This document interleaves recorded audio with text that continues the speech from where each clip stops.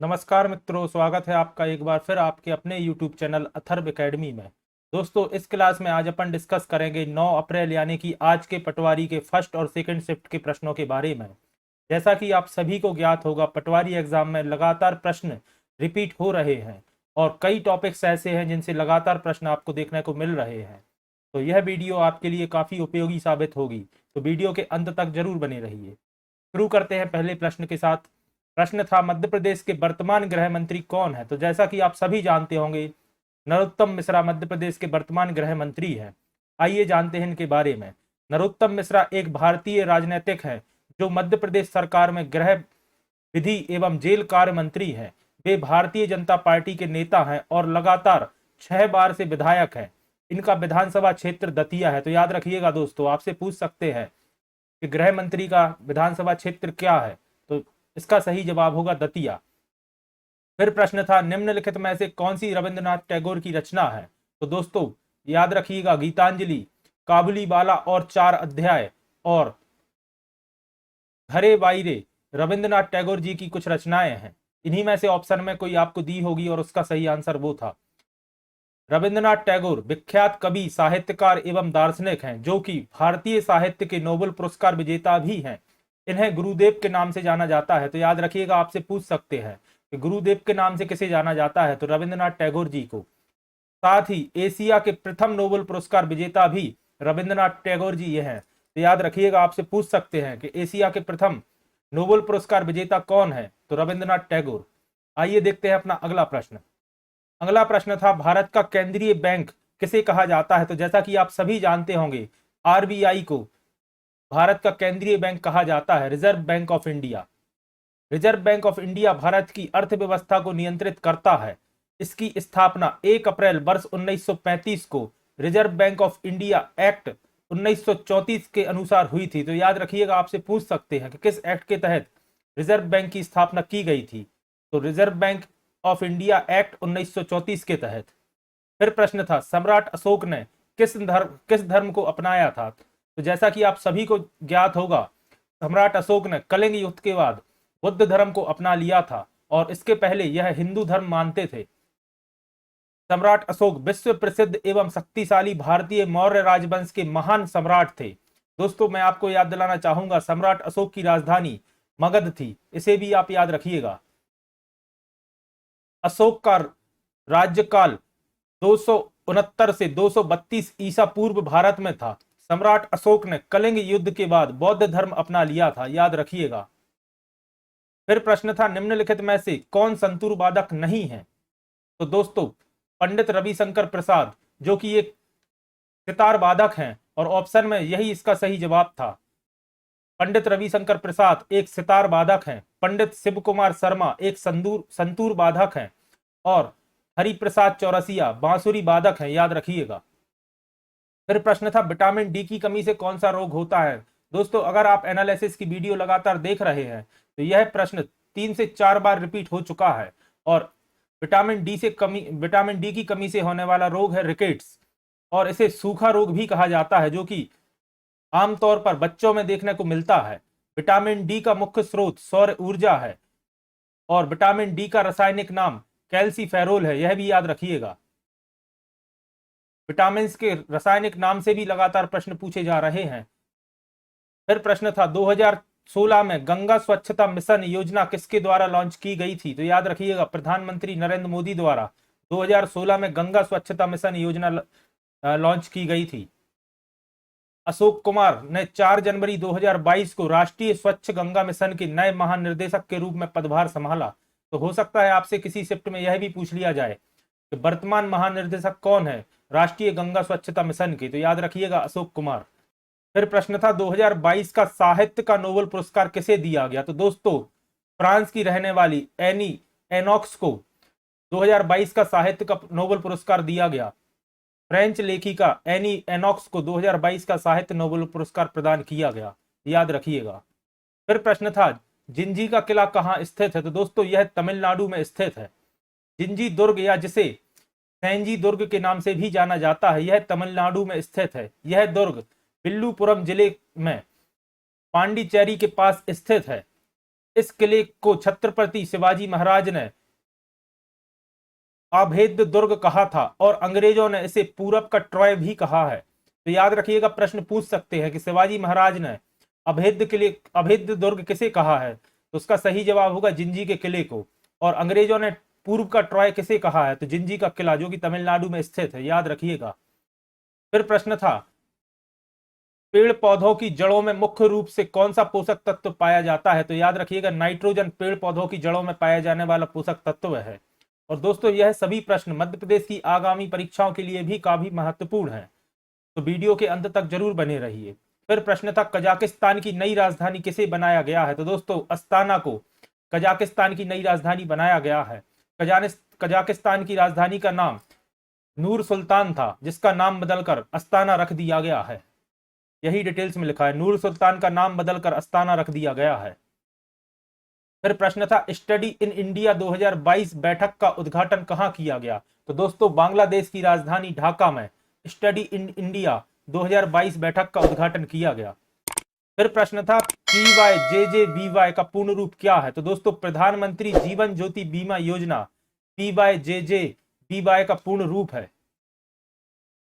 इस योजना का आरंभ कोलकाता में 9 मई 2015 को भारत के प्रधानमंत्री नरेंद्र मोदी द्वारा किया गया। पीएम जीवन बीमा योजना स्कीम के अंतर्गत पॉलिसी धारक यदि 18 से 50 वर्ष के बीच मृत्यु हो जाती है तो इस योजना के तहत सरकार द्वारा 2 लाख रुपए की धनराशि पॉलिसी धारक के परिवार को दी जाएगी। इस योजना का उद्देश्य है।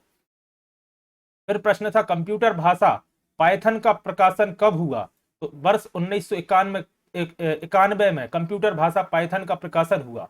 यह एक प्रोग्रामिंग भाषा है जो कंप्यूटर में सॉफ्टवेयर और एप्लीकेशन बनाने के लिए उपयोग की जाती है। याद रखिएगा, पाइथन। फिर प्रश्न था, बीपीएन का पूर्ण रूप क्या होता है, तो जैसा कि मैंने बोला एनालिसिस की वीडियो में मैं पहले भी डिस्कस कर चुका हूं और यह प्रश्न पहले भी आ चुका है। बीपीएन का पूर्ण रूप होता है वर्चुअल प्राइवेट नेटवर्क। साथ ही दोस्तों, मैं आपको याद दिलाना चाहूंगा, मैंने एक एब्रिविएशन से भी वीडियो बनाई है जो कि हमारी कंप्यूटर की प्लेलिस्ट में डली हुई है। अगर आपने वह नहीं देखी है तो उसे भी जरूर देखिए। पटवारी की हर शिफ्ट में एक ना एक प्रश्न इस वीडियो से आपको देखने को जरूर मिलेगा। बीपीएन का पूर्ण रूप होता है वर्चुअल प्राइवेट नेटवर्क। फिर प्रश्न था, F5 शॉर्टकट कुंजी का प्रयोग किस लिए किया जाता है, तो जैसा कि आप सभी जानते होंगे F5 का प्रयोग रिफ्रेश करने के लिए किया जाता है। साथ ही मैं आपको कुछ और शॉर्टकट कुंजियों के बारे में बता देता हूं। F1 का प्रयोग हेल्प के लिए किया जाता है, याद रखिएगा।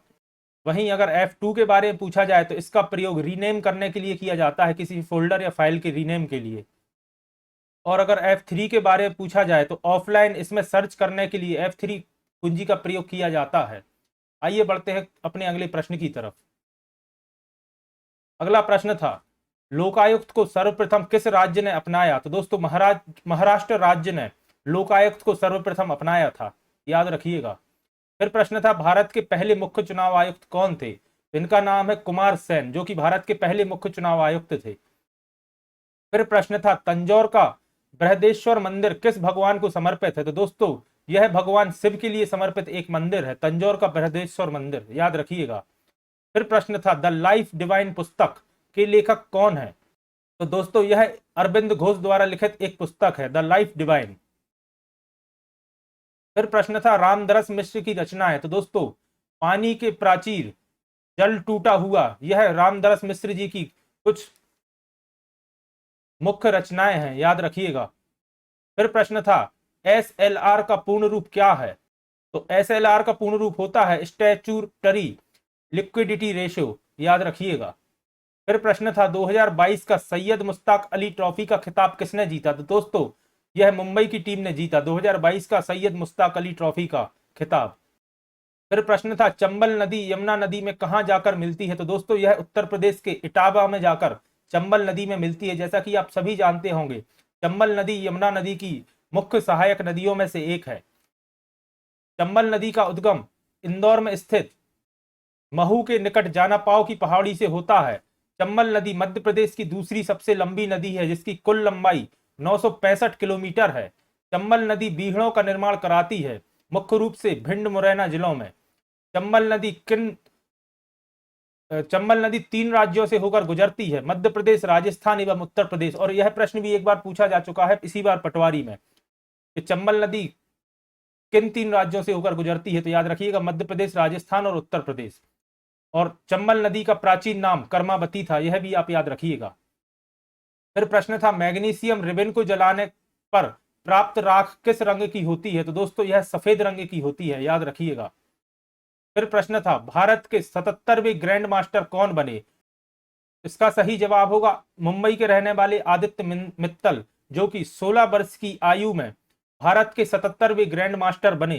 ग्रैंड मास्टर दोस्तों शतरंज का एक खिताब होता है जो कि आदित्य मित्तल को मिला। और याद रखिएगा, पूछ सकते हैं कि ये कहाँ के रहने वाले हैं, तो यह मुंबई के रहने वाले हैं, याद रखिएगा। फिर प्रश्न था सऊदी अरब का प्रधानमंत्री किसे बनाया गया, तो दोस्तों सऊदी अरब के प्रिंस मोहम्मद बिन सलमान को सऊदी अरब का प्रधानमंत्री बनाया गया है, याद रखिएगा। फिर प्रश्न था विज्ञापन एजेंसी संघ का अध्यक्ष किसे चुना गया, दोस्तों विज्ञापन एजेंसी संघ को AAAI के नाम से जाना जाता है और इसका अध्यक्ष प्रशांत कुमार को चुना गया। Advertising agency association of India AAAI, इसका पूर्ण रूप है विज्ञान एजेंसी संघ का। और वित्त वर्ष 2022-23 के लिए प्रशांत कुमार को अध्यक्ष चुना गया है, याद रखिएगा।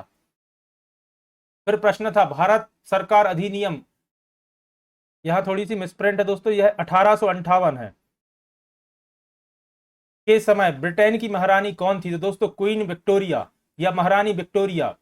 भारत सरकार अधिनियम 1858 के समय ब्रिटेन की महारानी थी।